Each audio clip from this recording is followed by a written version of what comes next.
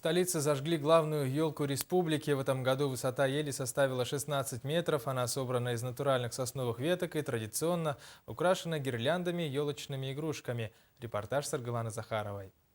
Несмотря на 40-градусный мороз, горожане собрались на площади, чтобы стать свидетелями зажжения самого главного символа Нового года – зеленой красавицы елки. Всех собравшихся с наступающим праздником поздравил руководитель администрации главы республики Юрий Куприянов. Он пожелал всем счастья в новом 2015 году и чтобы в каждой семье зажглась такая же красочная елка. Пусть каждый день будет наполнен ожиданием удивительной радости встречи этого Нового года.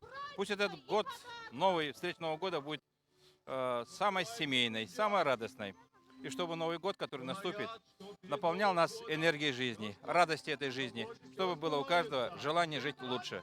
По традиции зеленую красавицу зажгли Дед Мороз и Снегурочка. Раз, два, три! Наша елочка!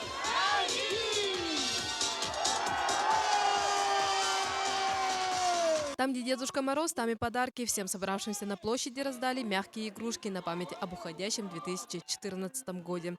А предвкушение новогоднего праздника – это особое чувство ожидания чуда. Поэтому даже сильный мороз не помеха для танцев и веселья. Да. Да. Да. Счастливы, чтобы были все счастливы, здоровы, любви. С Новым годом вас! Ну, желаем всем счастья, здоровья, пусть все сбудется, мечты. В завершение жителей и гостей столицы порадовал салют. Скоро Новый год. Саргалана Захарова, Дмитрий Сергучев, НВК Саха, Якутск.